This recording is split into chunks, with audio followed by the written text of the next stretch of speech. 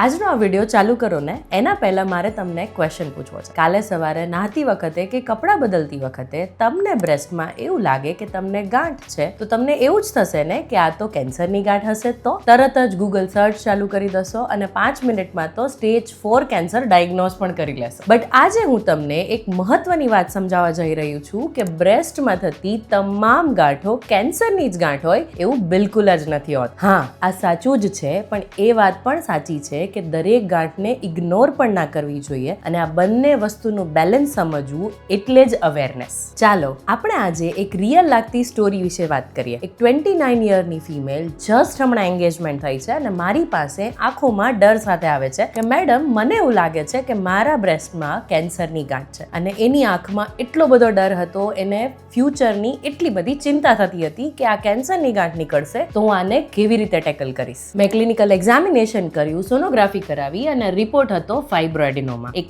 Non cancerous ગાંઠ. આ કોઈ કેન્સર નથી, આમાં ફક્ત નિયમિત ફોલોઅપની જરૂર છે. જે કંઈ લક્ષણો છે એની ટ્રીટમેન્ટની જરૂરત છે. અને એ દિવસે એ છોકરી જે આંખોમાં રાહત લઈને ગઈ ને ત્યારે મને જણાયું કે આ બાબતે મારે તમારી સાથે વાત તો જરૂરથી કરવી પડશે. હવે સમજીએ કે બ્રેસ્ટમાં ગાંઠ કેવી રીતે બને છે. સૌ પ્રથમ અને સૌથી સામાન્ય કારણ છે હોર્મોનલ ફેરફાર. આપણા શરીરમાં ઇસ્ટ્રોજન અને પ્રોજેસ્ટ્રોન દરેક મહિને બદલાય છે અને એના કારણે જ આપણને પીરિયડ સમયે ઘણીવાર બ્રેસ્ટમાં થોડું ટેન્ડરનેસ, હેવીનેસ અને નાની ગાંઠ જેવું ફીલ થાય છે. આને આપણે ફાઇબ્રોસિસ્ટિક ચેન્જીસ કહીએ છીએ અને આ એકદમ નોર્મલ પ્રતિક્રિયા છે. બીજું કારણ છે ફાઇબ્રોએડિનોમા. આ ગાંઠ સામાન્ય રીતે ગોળ અને સ્મૂધ હોય છે અને હાથથી હલાવો તો હલતી હોય એવું લાગે છે. અમુક કેસીસમાં પેઇનફુલ હોય છે અને અમુક કેસીસમાં પેઇનલેસ પણ હોઈ શકે. ઘણીવાર માત્ર મેડિકેશન જ પૂરતું હોય છે અને સર્જરીની જરૂર પણ નથી પડતી. ત્રીજું કારણ છે બ્રેસ્ટ સિસ્ટ, એક પાણી ભરેલી ગાંઠ. એ ખાસ કરીને 35 to 50 યર્સની ફિમેલ્સમાં વધારે જોવા મળે છે અને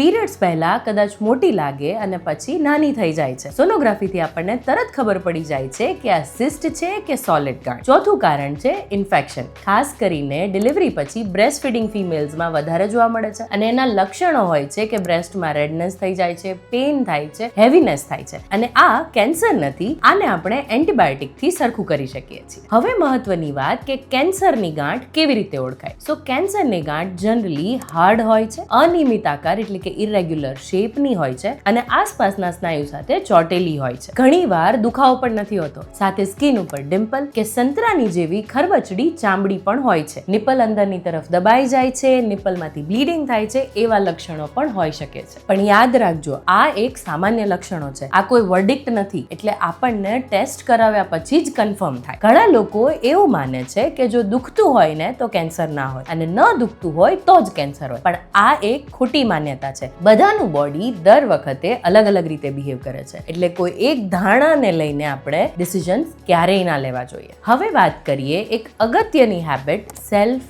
બ્રેસ્ટ એક્ઝામિનેશન. દર મહિને પીરિયડ પૂરા થયાના 5 થી 7 દિવસ પછી બ્રેસ્ટ એક્ઝામિનેશન જાતે જ કરવું જોઈએ. મિરરની સામે બંને હાથ ઊંચા કરીને ચેક કરો કે બ્રેસ્ટમાં તમને કોઈ સોજો, અસમાનતા, કોઈ સ્કિનમાં ફેરફાર કે નિપલમાં કોઈ ચેન્જીસ જણાય છે કે કેમ. પછી સૂઈને આંગળીઓથી ગોળ ગોળ મૂવમેન્ટથી બ્રેસ્ટના ચારેય પોર્શનને, નિપલને અને બગલના ભાગને ચેક કરો. કોઈ નવી ગાંઠ થયેલી ફીલ થાય છે કે કોઈ ગાંઠ જોવા મળે છે. જો એવું કંઈ પણ જણાય તો ડર્યા વગર ડાયરેક્ટલી ડોક્ટરને કન્સલ્ટ કરો. એક વાતનું ખાસ ધ્યાન રાખવાનું છે કે બ્રેસ્ટનું જ્યારે એક્ઝામિનેશન કરો ત્યારે 3 ફિંગર્સથી પ્રેસ કરવાનું છે, પેન્ચ નથી કરવાનું. બ્રેસ્ટ ટિશ્યુ એવા છે કે જો તમે પેન્ચ કરશો તો તમને એવું જ લાગશે કે ગાંઠ છે. તો હવે એક સવાલ કે ખરેખર કેન્સર નીકળે તો શું? તો ડરવાની બિલકુલ જરૂર નથી, કારણ કે મેડિકલ સાયન્સ એટલું એડવાન્સ થઈ ગયું છે કે જો આપણે બ્રેસ્ટ કેન્સરને અર્લી સ્ટેજમાં ડિટેક્ટ કરી લઈએ તો એનો રિકવરી રેટ ખૂબ જ સારો છે. લોકો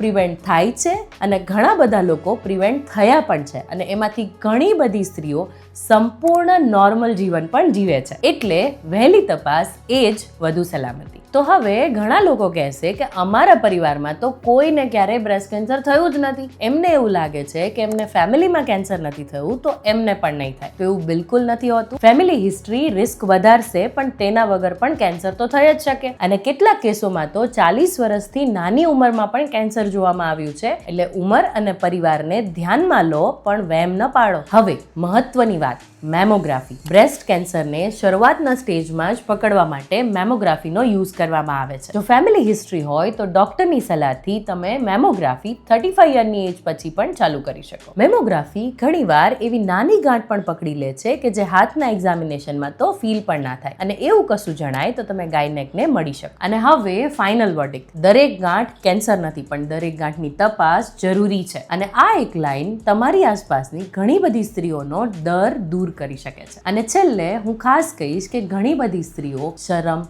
ઇગ્નોરન્સ અને ગભરાટના ચક્કરમાં લેટ કરી દે છે. સો એ વાતનું ધ્યાન રાખવાનું છે કે આપણું શરીર આપણી જવાબદારી છે. 5 મિનિટનું સેલ્ફ બ્રેસ્ટ એક્ઝામિનેશન, નિયમિત ડોક્ટરની તપાસ, આ એક નાની એવી હેબિટ્સ છે કે જે તમને ભવિષ્યમાં થતી મોટી સમસ્યાથી બચાવી શકશે. તો ફરી એકવાર સ્પષ્ટ જવાબ, શું બ્રેસ્ટમાં થતી તમામ ગાંઠો કેન્સરની હોય છે? નહીં, પણ જાગૃતિ અને સમયસર તપાસ તમને કેન્સરથી બચાવી શકે. જો આ વિડીયો ઉપયોગી લાગ્યો હોય તો ફક્ત લાઈક નહીં પણ શેર જરૂરથી કરજો. તમારી મમ્મી, સિસ્ટર, તમારી વાઈફ, તમારી કોઈ ફ્રેન્ડ ને આ માહિતી જરૂરથી શેર કરો, સો દેટ આપણે એમને બ્રેસ્ટ કેન્સરથી બચાવી શકીએ. કારણ કે નોલેજ ડર ઘટાડે છે અને સમયસર પગલું જીવન બચાવે છે. અને આવા જ વિડીયો હું યોર્સ ગાયનેક પર લાવતી રહીશ, એટલે પ્લીઝ મારી ચેનલને સબસ્ક્રાઇબ કરી દો.